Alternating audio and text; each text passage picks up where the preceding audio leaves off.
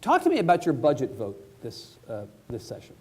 I want to understand your view of whether from a revenue standpoint and from a spending standpoint, the state is where it ought to be. Talk about that. Well, I voted against the appropriations bill. I did vote for water. Yes. And there was two things about the appropriation bill. One is that it increased our individual pensions. And so that concerned me greatly to be voting for a bill that did that. Had that not been included, I would have seriously considered voting for it, but I had serious problems with, over the last 3 years, having a 26% increase in spending. Not that there weren't items that I supported, and there was items that I didn't support, like any appropriations bill. And by the way, this wasn't the first time I voted against appropriations bill. Right. I voted against, I think, the last two. Right. And I voted against a couple in the middle of my career in the House. So, but it was as simple as that. I voted against that bill because of those two reasons. Right. Didn't like the growth in spending. Obviously, we had cut spending quite a bit. The rate of spending in most areas and real spending in some areas in the 2011 session. Contraction's a good thing. Yep. You saw local school districts and and the state itself and different areas of the government save money, get more value out of the dollars we spend, carry on the same level of services, but in a more effective, efficient way. Yep. And so you don't necessarily need to fill in every cut and restore every cut right. that you made back to the level before. That undoes what you just tried to do, and that is streamline right. and cut the fat out of government. So the idea to, after a cut, to increase spending that much more. Right. And when you put the period together, arguably at least some sources, including the Public Policy Foundation and the Wall Street Journal, saying it was 26% increase was too much. You understand that's in dispute. It is in dispute. Right? In fact, your own leadership, your own speaker, who appointed you chairman of the Ways and Means Committee, would dispute that was the increase. Won't in be the first time I disagreed with him. Right. And that wouldn't be helpful for you politically, would it, to disagree with the speaker? I disagree. I speak my mind. I'm an independent conservative.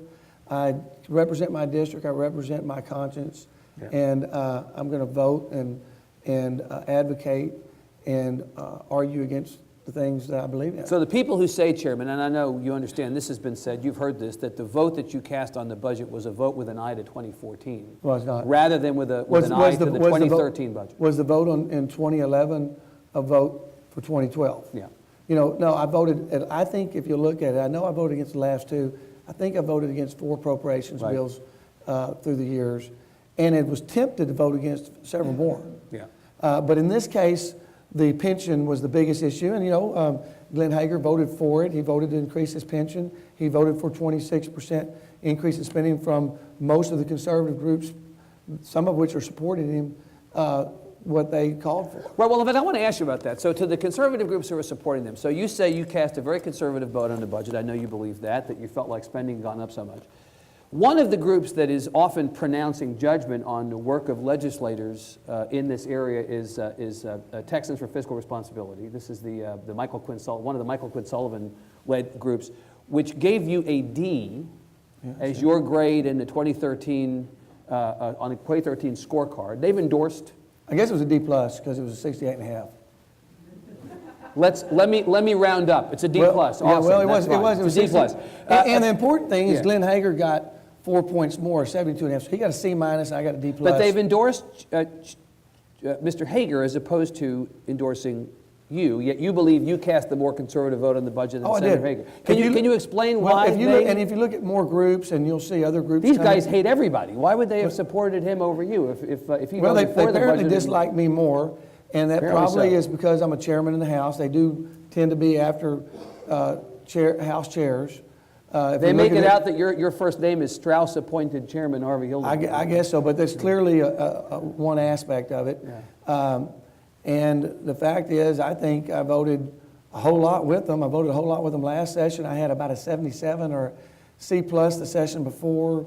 But since I became chairman under Strauss, my score has gone down each time. And I voted on all the big issues, all the issues I was aware of that I agreed with, and I didn't agree with them every time, but And a lot of times I expected a higher score. I agree with him a lot. Well, let's just call it a And- gentleman's D+. How about that? Well, the point is, I thought I would have scored higher than that with the votes that I was aware of casting that I knew we were in agreement on. Right. But obviously, I knew there was votes that I cast that we were in disagreement on, and we just disagreed.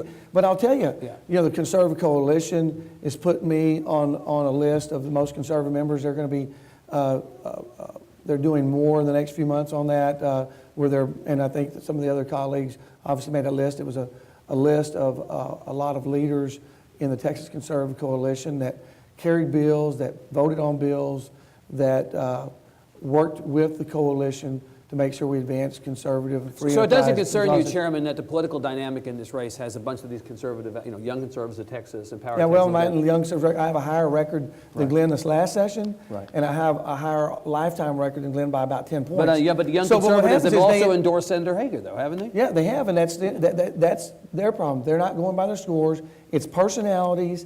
Right. It's whose friend used to work for this member, now works for Michael Quinn Sullivan, or now works for this member, or is on his field staff or on somebody else's field staff, and they're close.